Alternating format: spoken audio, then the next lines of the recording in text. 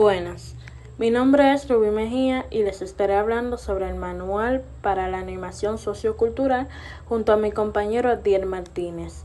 Esta es la materia de Pedagogía Social impartida por Fernando García. La animación sociocultural, ¿qué es? Esta es una acción que tiende a crear el dinamismo social donde no existe, o bien favorecer la acción cultural y comunitaria. Esta proporciona a las personas estrategias y mecanismos para dar vida y animar, y así puedan favorecer su desarrollo con el entorno en el que están. El término animación sociocultural se le otorga un doble origen etimológico. Por una parte procede de anima, que significa vida, sentido o aliento, y por otra de animus, que significa motivación y dinamismo. El para qué de la animación sociocultural. La animación sociocultural sirve para propiciar la convivencia entre las distintas generaciones, para crear conciencia ciudadana, fomentar el respeto, la solidaridad y la equidad, para promover relaciones con armonía y fomentar la cultura de la convivencia. Estas son actividades que permiten distraer a los participantes para que se olviden de sus problemas y su situación personal. Esta permite a los participantes mantener su independencia porque realizan actividades por su propia cuenta. La animación sociocultural, entendida en su sentido pleno, tiene como objetivo prioritario lograr que los ciudadanos participen en la sociedad creando su propia cultura orientada a su transformación y mejora. También se conoce con el término de democracia cultural. Los objetivos de la animación sociocultural tienen 3 niveles de impactos: el personal, el social y el cultural. El nivel personal, que es el que afecta a cada una de las personas en el proceso, revalora el potencial y las competencias de cada persona, favorece que las personas profundicen en el conocimiento y valoración de sí mismas, facilita la toma de conciencia de su situación en el mundo y la responsabilidad consigo mismo, entre otros. El nivel social, en la medida que se van desarrollando las familias, los barrios, las comunidades hasta alcanzar a la sociedad civil, es el que fomenta la mejora de la calidad de vida, anima la participación en la vida del grupo y de la sociedad. El grupo toma un papel determinante en su propia transformación, etc. Y por último, el nivel cultural, porque básicamente reconstruye y resignifica las identidades culturales, es el que promueve la consolidación de la identidad cultural de las personas. Plantea la recuperación de la historia, los valores, prácticas y los elementos culturales que dan sentido y significado a los grupos sociales y genera nuevos productos culturales. Hablemos un poco sobre la historia de la animación sociocultural.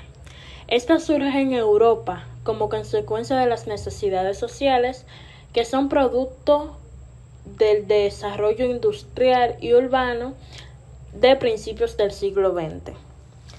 El término de animación sociocultural se empleó por primera vez en una conferencia de la UNESCO en el año 1950.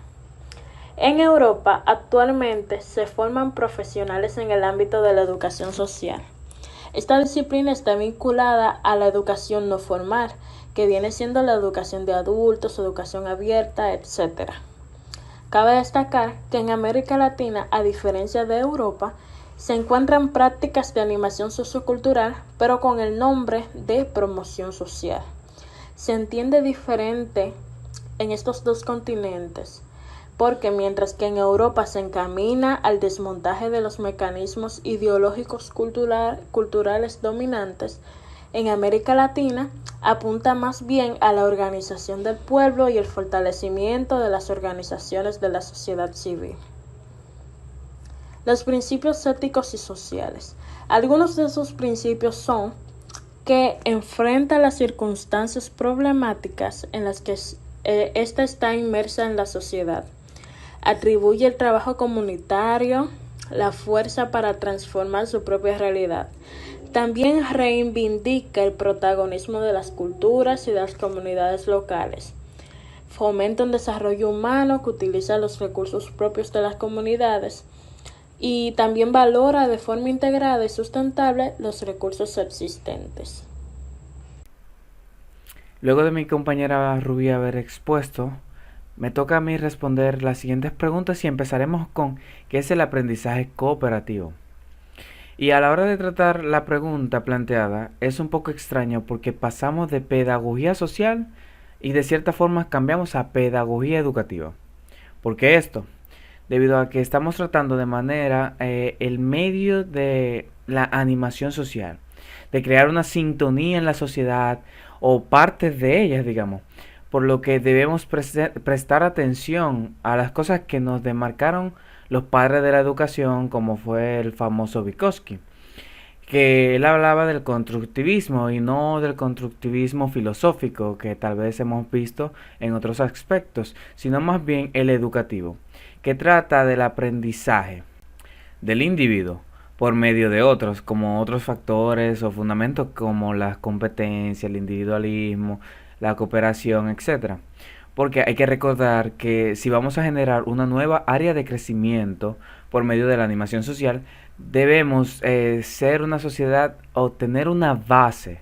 Es decir, los individuos deben tener unos valores y respeto por la misma, y eso se consigue ni menos que por medio de la mismísima educación. Esta, al igual, requiere de unos elementos para la cooperación, que son los principios, los roles, la evaluación, las tareas, recursos, etcétera. Un sinnúmero de recursos, digamos, que ayudan y que generan estos roles dirigidos directamente hacia la interacción mutua de la comunidad, causando realmente un movimiento como tal. Es interesante a la hora de tratar estos planteamientos pensar o llegarnos a enfocarnos en el punto de vista de otros autores. Y podemos ver en el caso de Paulo Freire que él menciona algo sobre la educación bancaria. Y causa risa tal vez porque puede uno llegar a pensar que se trata de asuntos financieros, que podemos tal vez pensar que sí puede ayudar al desarrollo de una pequeña comunidad. Pero no es el caso. Es más como un convenio entre el educador y el educando, donde el educador hace de cierta manera un préstamo de el conocimiento que él tiene, causando que el educando salga de lo que es la ignorancia como tal. Esto lo hace un préstamo por el mero hecho de que tal vez no se lo vayan a devolver directamente, que puede darse el caso de que el educando ayude o dando participación hacia el educador pueda llegar a generar un nuevo punto de vista. Pero también se espera que el educando transmita estas informaciones a un tercero, causando que esta misma aumente en proporción, erradicando de por sí lo que es la ignorancia, que es el mal mayor que conlleva toda la problemática que puede tener el movimiento social, o más bien de la animación social. ¿Qué pasa con esto que menciona Paulo? Que hay un factor que demarca cierta importancia a la hora de poder conseguir algún objetivo o algún logro con esto, y es que es totalmente necesario que la persona quien inicia el préstamo, es decir, el educando, debe ponerse en los pies del educado. ¿Por qué?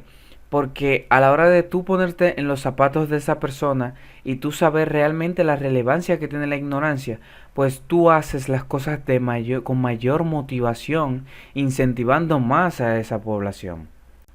Dando un salto a lo que es la metodología de la animación sociocultural, ya tenemos el concepto de animación sociocultural, pero para comprender más debemos también saber qué es el paso que debemos llevar para que tengamos un camino tal vez un poco más claro, podríamos decir, hacia el destino que nosotros queremos llegar o hacia el lugar que queremos llegar. Y esto conlleva la misma etimología de la palabra metodología. Y aunque esto puede llegar a sonar contradictorio, no va relacionado realmente a la etimología de la palabra metodología que ya mencioné anteriormente, sino más bien porque a la hora de nosotros tomar la metodología de la animación social, no es algo como que nosotros podamos planificar exactamente antes de ejercerla, no es algo que nosotros podemos plantear paso por paso hasta llegar a un resultado. ¿Por qué? Porque hay muchos factores que demarcan esto.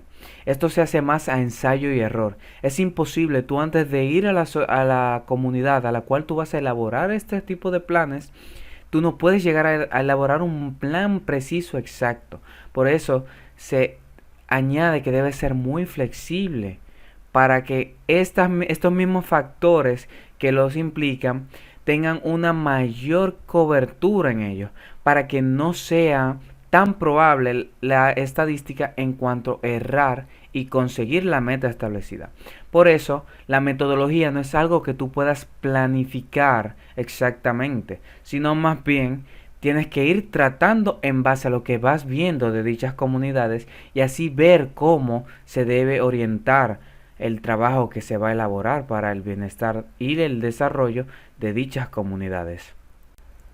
Es interesante ver cómo el manual para la animación social del colectivo por la educación intercultural menciona los criterios metodológicos por parte de unas pequeñas frases que demarcan las cosas que debemos o que realmente buscamos.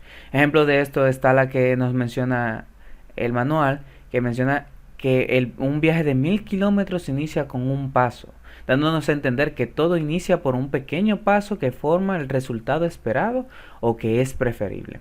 También nos mencionan que enseñarle una idea a 100 personas es más sencillo que enseñarle 100 ideas a una persona, demarcándonos que buscamos un objetivo común que se lograría avanzar más de parte de que si lo hacemos a mayor escala y no solamente enfocándonos en un solo objetivo plano.